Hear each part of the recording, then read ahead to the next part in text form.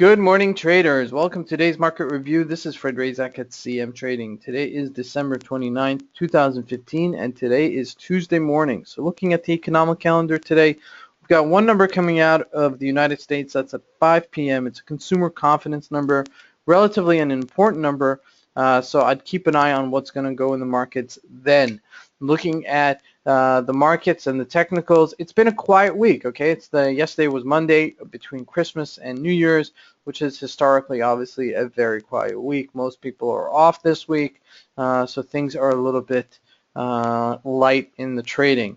But there have been a couple of moves, and we're going to highlight some of those moves. We're looking at oil right here. We're looking at sell-off between 37.91 to 36.91 over the past just since yesterday, and as you can see, it's dead in its tracks. So we have to keep a sharp eye on what's going to go with oil, because it seems like there's a lot of rotation in oil. There's a tremendous amount of supply of oil, and that's forced the price down as the U.S. has become self-sufficient on oil and importing less oil from Saudi Arabia.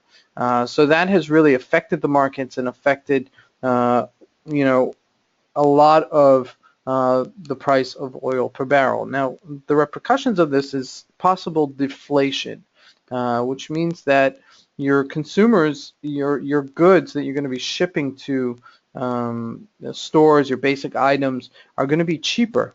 Okay, they're going to actually be cheaper, and those prices are not going to be reflected in the actual stores. So, for example, the price of bread until now costs, let's say, $5 a loaf of bread. So now that oil has gone down, it'll still cost $5. So it'll make the suppliers a little bit richer, and it's kind of an economic imbalance. Okay, you want things to be balanced in an economy. So as price of oil goes up, there's inflation. Prices start going steadily up. But in a deflation market, the prices don't really correct itself, because most store owners are not willing to make that correction. So it creates a certain imbalance in the markets, and sometimes on certain levels it's positive, and on certain levels it's very negative. So you have to keep that in mind and see how that's going to affect the markets moving forward. Looking at the Dow Jones yesterday, we sold off initially in the morning, and then we had a big rally in the afternoon. But altogether, we were trading at 17,462 here. So we're still at this middle of this range. We still have a way to go to hit the upper support resistance levels, certainly at 17,495 and 17,669, and the major resistance at 17,850. So these are the thresholds. We're in the upper limit of this threshold here, so we may sell off back to 17,000. I don't think that this is going to happen this week, but moving into January, January is normally a bearish month. So that's in terms of the Dow Jones and the commodity of oil.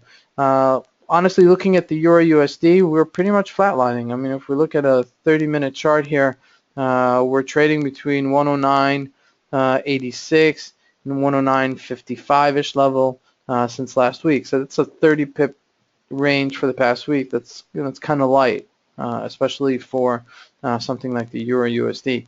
Not to say that things might not pop up as we move later in the week. Looking at the USD Japanese yen, it has had some rotation yesterday, but as you can see now, it's pretty much flatlined. As it's hitting this threshold of 120. It may bounce off of it, so you may want to keep an eye on this in the next couple of days to see what's going to happen if there is some sort of pop-up. Looking at the GBP Japanese yen, also at the bottom of its threshold here, and it rallied just a couple of days ago, but then, as you can see, it kind of flatlined as well. So we're trading at 179.42, and in anticipation that maybe it'll bounce here after this tremendous sell-off from 186. And that's pretty much, that's really it. I mean, it's been a quiet week. Just take that into consideration. Don't press too hard. But certainly keep an eye out for some of the things that we've discussed because they may unfold towards the end of the week. Friday, of course, is New Year's Day. Thursday is a half a trading day, so we have 2.5 trading days left of the week. So take that into consideration. This is Fred Razak at CM Trading. Well, I wish you guys a great trading day. Thank you.